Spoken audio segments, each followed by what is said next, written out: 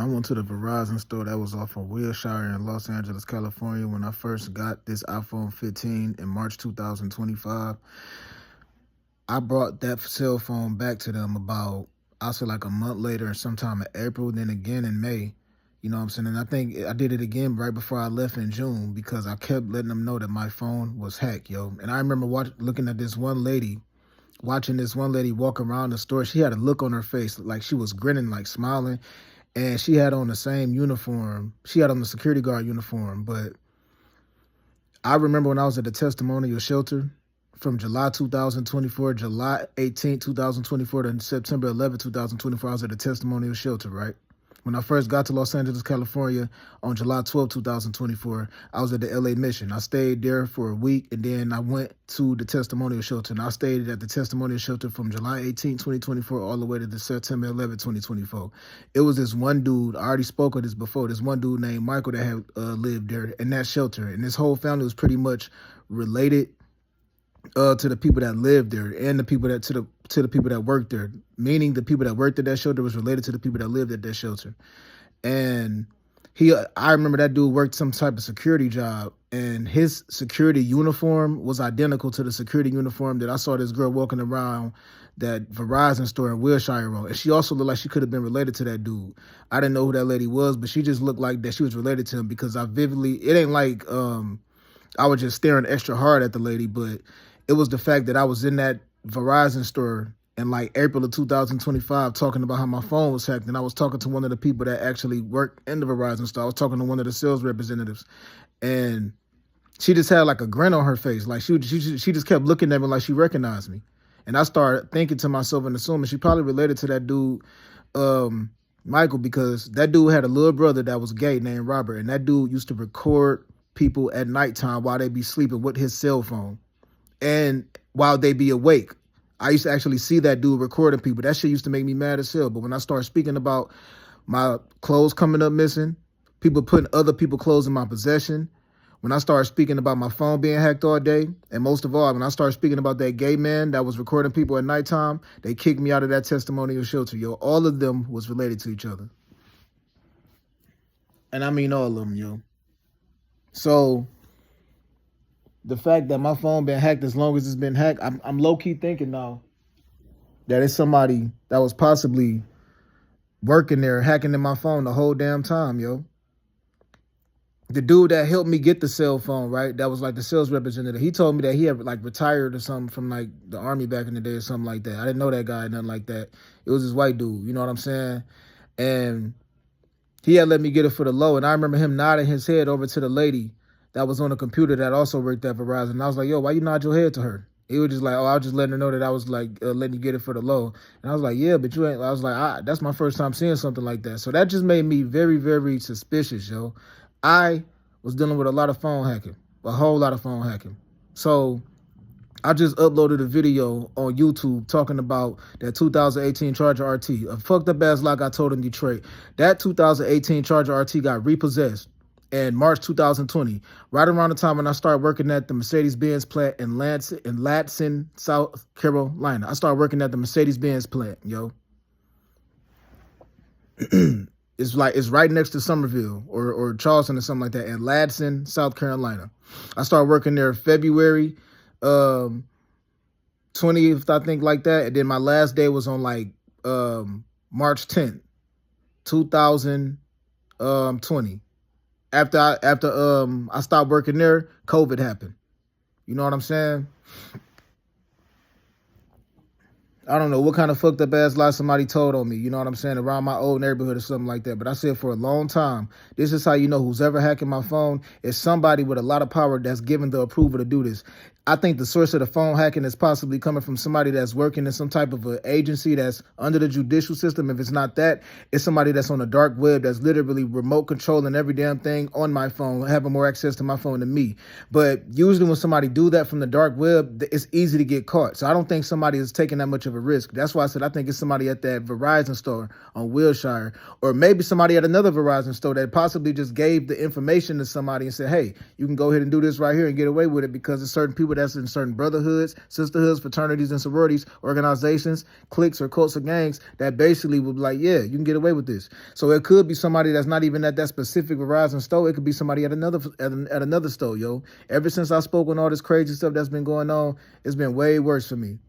Crazy stuff, meaning, you know, to elaborate on the crazy shit that's happening in my life, mainly specifically just my fucking phone getting hacked. It took me 4 months to upload that video that I just uploaded on YouTube, yo, that I recorded July 13, 2025. I reached out to Facebook at least once a month and I said, my fucking phone is hacked. I didn't say it word for word like that. I didn't have profanity in me reporting to the Facebook people, but I just let it be known. My phone is hacked. I'm trying to download this video onto my cell phone so I can upload it on YouTube.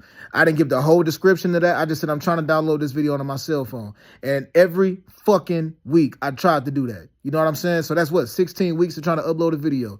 And then literally on the 13th of this month of November, it all of a sudden uploads. You know what I'm saying? It downloads on my phone and then it all of a sudden get uploaded. So that's how you know it's just been a big ass fucking attack on my phone for the longest. People moving in a fucked up way. And you can't tell me that people that's working for these agencies that I reached out to don't know what's going on.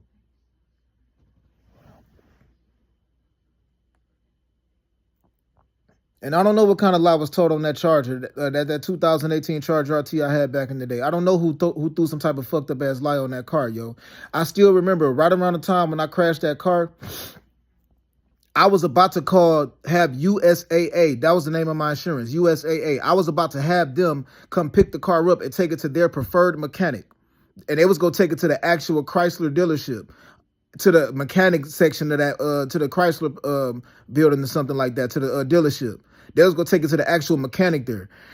They asked me if they could come get it or if I had a mechanic in mind. I sent it to a mechanic that my cousin Deshaun King plugged me with that was off of Livernois and Puritan. You know what I'm saying? And my cousin Deshaun said he knew this one guy that worked on cars. So I gave him all of the appraisal information and all of that other stuff. They had the inspector come out, look at the car and all that other stuff. And it came up to like $8,000. I remember they wrote a check for like $8,000 or $7,000 for it to get fixed. And the man that worked on that fucking car took some parts from a scrapyard and put those parts on my car. I didn't realize that it was bad parts on my car until January 2019 when I was driving the car through Summerville, South Carolina, and the fucking car broke down. And I pulled up at the Chrysler dealership and they told me that it would be illegal if they let me leave there because they told me that the part that was fucked up on that car that was making the car wobble and stuff like that. They said if you left from here, we could get sued for that. So they said you can't even leave with this car right now. They told me that. They said you either got to get it towed, but you cannot leave this dealership with this car. I was in Summerville, South Carolina, in the mechanics section of the Dodge Chrysler dealership, yo, in Summerville. I think it was off of like Main Street or something like that. And yo, I called up my sister Alicia. I told her my unemployment ain't came in yet. She sent me like $1,500 or like $2,000. She looked out to the fullest, helped me out to the fullest. And then like a week later, I sent her that money back because my unemployment, I had a lump sum of unemployment that had just came through. My unemployment got denied at first in like the fall of 2018. You know what I'm saying? Because Pepsi tried to say that I quit. They told me that they didn't have no camera footage. The IT guy just left this morning on the 27th of June, 2018, when somebody broke in my motherfucking car and stole my guns, my licensed guns up out of the car on Pepsi grounds at the Pepsi warehouse. You know what I'm saying? They told me there was no footage. So they told me that they'll take care of all of my insurance, all my like healthcare and anything like that. They said they'll basically take care of all of that. They said just relocate and then transfer it to another Pepsi. I tried to work at Bainbridge Pepsi warehouse, and that was like an hour away from Tallahassee. I tried to work at the Valdosta, Georgia Pepsi warehouse. I reached out to Tampa. I reached out to Fort Lauderdale, and I also reached out to Jacksonville Pepsi warehouse and stuff like that. And all of them basically kind of sort of started off, they was like, thanks, but no thanks. You know what I'm saying? So I left it all alone. So I pretty much was originally officially fired from Pepsi by October 2018. And then I filed for unemployment a few weeks after that, and Pepsi denied me because they said that I quit. So I basically put in an appeal. And while I was waiting for the appeal to go through to have a hearing, I was still calling into the unemployment agency every day, basically filing for unemployment. And then by January 2019, I got approved of unemployment because I sent that video to the unemployment agency of a man breaking in my car on Pepsi grounds. And I also stated clearly that the reason why things went sour at Pepsi because they told me you're not fired, just transfer. But when I tried to transfer, everybody kind of sort of said thanks, but no thanks everywhere I tried to go. That's exactly what happened, yo. So that was how I had a lump sum of like $2,000 around by January 2019. And I sent that right back to my sister, my twin sister, because she helped me out to the fullest because that car had broke down. And then like a month after that, the tire went flat. My cousin Shamar was driving that car and he took it to the tire shop and they said that the rim was cracked. So then my cousin Shamar spent like between $500 and $700. I think it was like 500 something, I think. He spent about that much, you know what I'm saying, on that car because the rim was cracked. And I was telling him that if he had went to the discount tire, it was a discount tire all the way in like Columbia or some shit, I think. I said if you had went to the discount tire, they would have basically gave you tires for free because I had a warranty on them tires. But or I had a warranty on a rim or something. I said it would have been easier, but he just said forget it, man. He just paid for it out of pocket right then and there.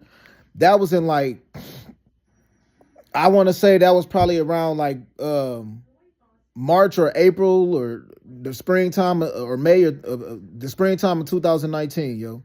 So I'm saying all of this right now to state, when I first crashed that car, that was right around the time this nigga Cam told me that some dude ran up on him at the gas station and tried to shoot him and shot him in the leg. He said the dude ran up on him and then he kind of like shoulder bumped him. Cam told me like shoulder bumped the dude and the dude fell and then he shot him and took off running. That's what Cam told me. You know what I'm saying? He was talking to me and he had another brother named Corey that was out there around 7 Mile in Southfield.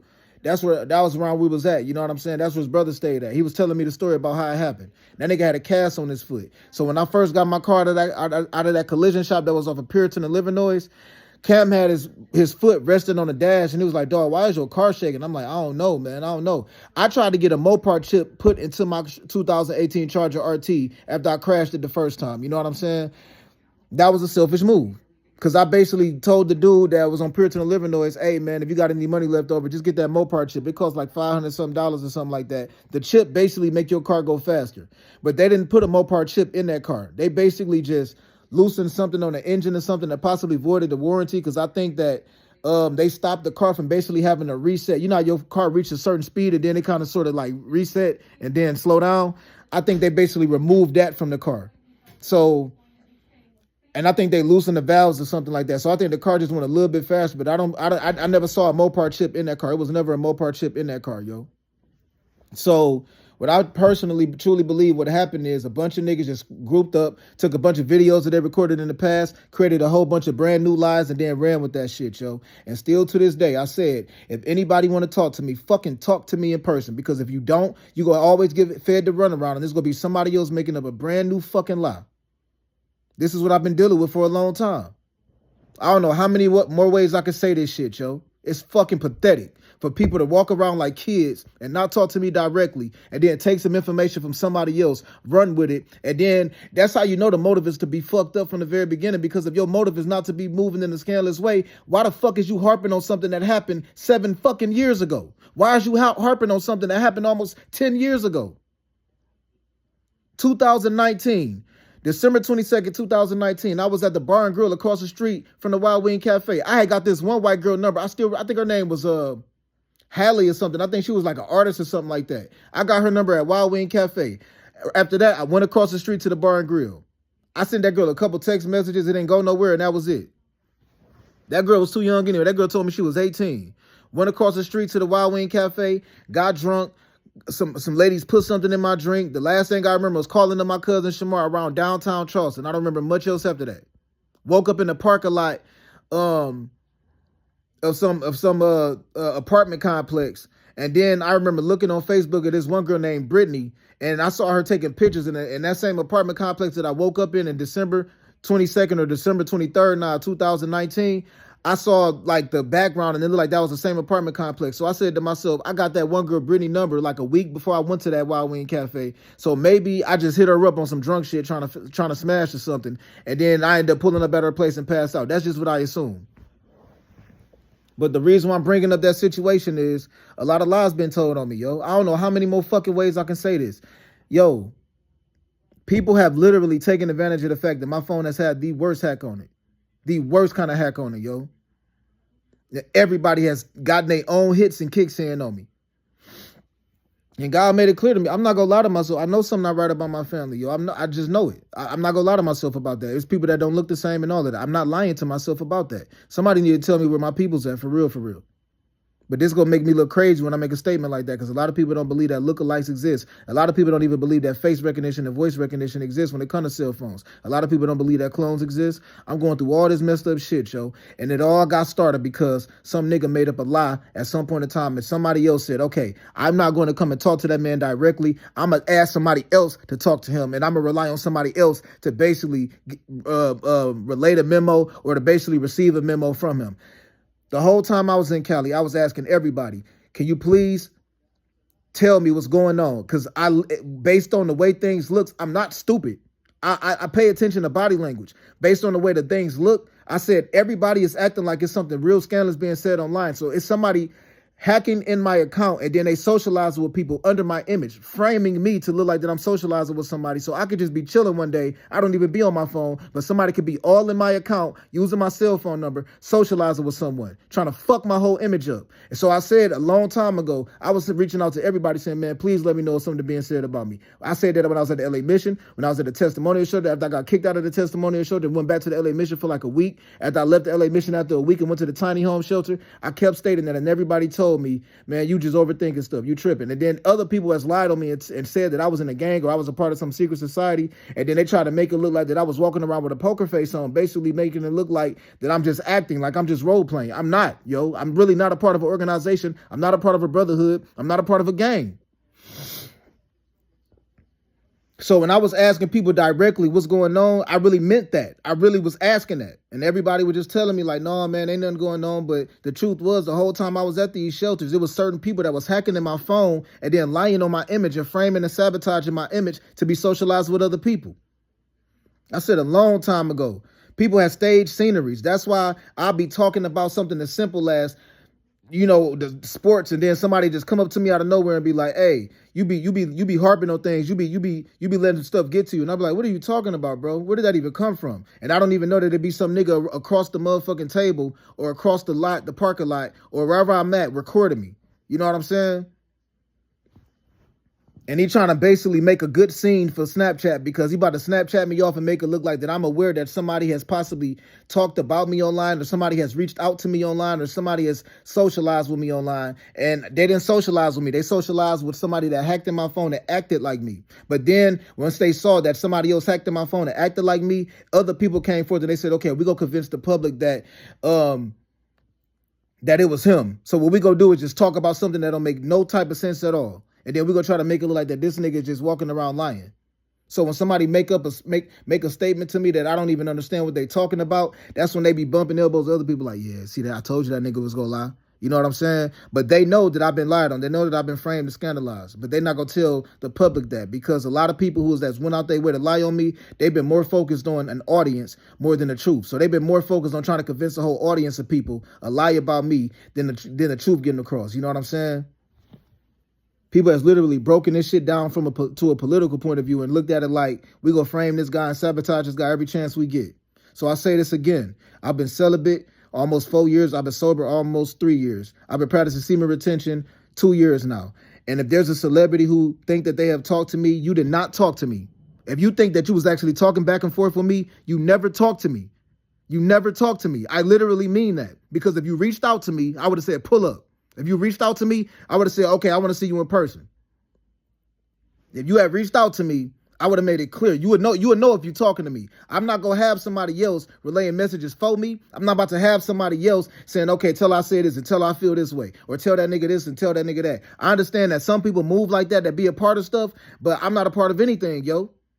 Now, if it's somebody trying to diffuse the situation to make something better, I can understand that somebody's trying to diffuse something. But what I went through when I was not just in Cali, but in South Carolina, even when I came back to Michigan for them 2 weeks in 2024, even when I came back to Michigan from June to October 2025 of this year, A lot of lies was getting told on me, and people was framing my image, hacking in my fucking phone, socializing with people. How does this shit happen for this long and then don't nobody do anything about it?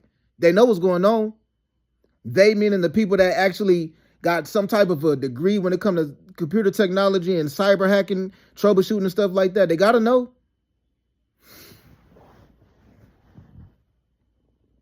Fuck out of here, yo. Everybody know what the fuck going on.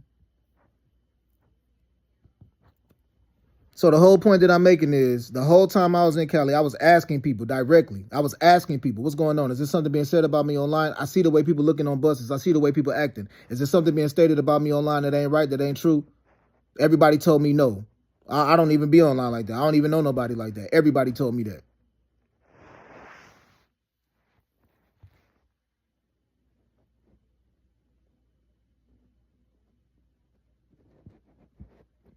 I said a whole family is stalking me, hacking my phone, and then telling other people, keep him away from being heard. Because a lie got told on me, and people looked at me and they said, we'd rather the lie grow on your name before the truth come out. And because, look, when people develop a lot of friends and a lot of likes and a lot of popularity and a lot of notoriety and a lot of like love from other people, they don't want to mess their image up. So they rather me look bad than somebody else that looked bad that told some type of lie on me. So when I'm talking about my family begging me for help in California, having dreams and visions of this stuff, and I know for a fact that something scandalous is going on and ongoing, everybody look at me like, okay, nigga, fuck you. You not so-and-so, so we rather you look bad than the person look bad that actually came forth and made up some lie about you. So everybody pretty much looked at me and they said, okay, man, the truth is, either way it goes, something scandalous was bound to happen. But the stuff that I went through, God saw it all. So I'm going to just say that, yo. So a lot of lies been told on me, a whole lot of lies been told on me, and and you could have resolved it with one fucking conversation, but everybody chose to play this childish game and reach out to people that I used to know back in the day, reach out to people that I hung out with when I was 15 years old, hung out with when I was 22 years old, hung out with when I was probably 28 years old, and I was visiting from Florida, and I was just around Michigan for a minute, and they rather clinged on to the stuff that they said and took stuff and ran with it, Joe. Man, it was a night of that Doughboy Cash Out party. I was doing donuts in the middle of the street, smacked it to the curb, messed up my car, and then drove and dropped the niggas off that I was with over there on Finkel and Kentfield, Marv and Giselle and them and Jalen and them. I dropped them niggas off, and then I dropped my car off at my cousin JR place. I came back and got it the very next day. I got dropped off by this dude named Cam to basically look at my car the next day or whatever. And then after that, I basically did the claim with USAA. You know what I'm saying?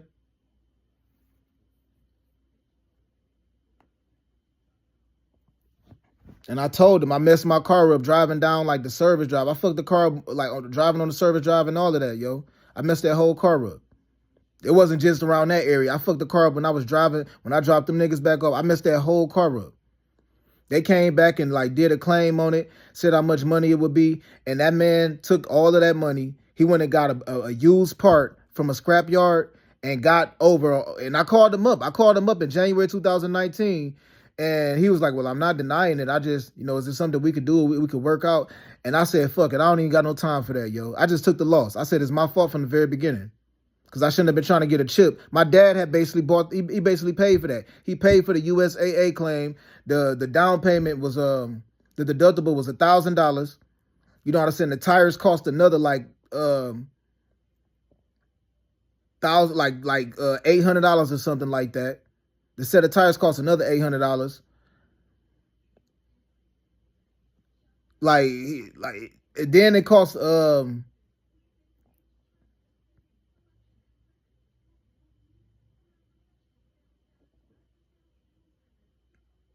yeah, yo. Like that shit, I don't know how much money he came out, but he ended up helping me a whole lot. That was the reason why he said I can't help you when I hit him up in January 2019 talking about how that car broke down. And I hit up my sister and I told her, look, I get paid, you know what I'm saying, in about a week from that unemployment. I just had started working at Showa Denko, yo. I went and took the work keys test, and then I went to work, and then right after that, Showa Denko, I got hired in at Showa Denko. You know what I'm saying? That was in Ridgeville, South Carolina. It was a plant that basically make like carbon barrels and stuff like that.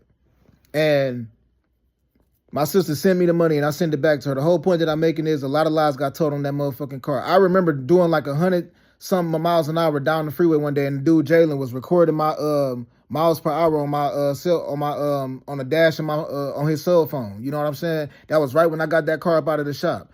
But I still remember, I personally feel like I got up out of Michigan at the right time, at the perfect time, yo, because I spoke on how when I was on Chicago and Schaefer one day and woke up to this Chaldean dude holding a chopper telling me, wake up, man, they was trying to kill you. He didn't say they was trying to rob you. He said they was trying to kill you. So a lot got told on me. And I'm going to say this again, yo. I'm not even going to speak on that shit again because I talked about it too many times. I heard stupid rumors about me trying to like rape some girl that was like Cam's deceased brother's girlfriend. That was a whole lot. Cam told me he engaged in sex with that girl back in the day, yo. I'm talking in circles. I've been talking about the same thing over and over and over again. But I'm going to end it on this. If a celebrity, any celebrity thinks that they have ever seen a conversation online, have ever talked to me back and forth, you was never talking to me. You was talking to somebody that was hacking my phone and acting like me.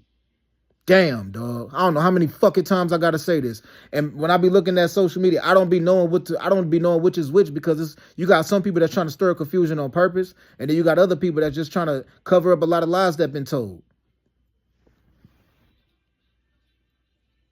My whole life, every time I got into it with some nigga, the first thing he did was try to target some lady that I was related to or talk to some lady that I was basically in a relationship with or having sex with. As long as I can fucking remember, it's been the same cycle.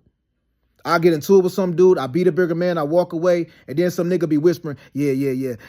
Try to holler at his sister, go talk to his sister. Go. Hey, that one girl over here, yeah, he had sex with her about a month ago. Yeah, go talk to her. Niggas has done that. And then come around me and play clueless, act like they don't know what the fuck going on. That's what's happened at times when I was in Michigan. Still, when I got back to Michigan, I was asking everybody for help as far as letting me know what's really going on. Because I know with some people that's a part of stuff, and they could tell me what's going on. And everybody said, I don't know. I don't know what you're talking about.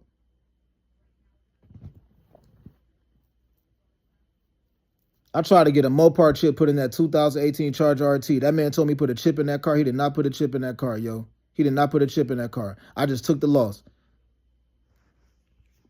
And that car got repossessed in March 2020.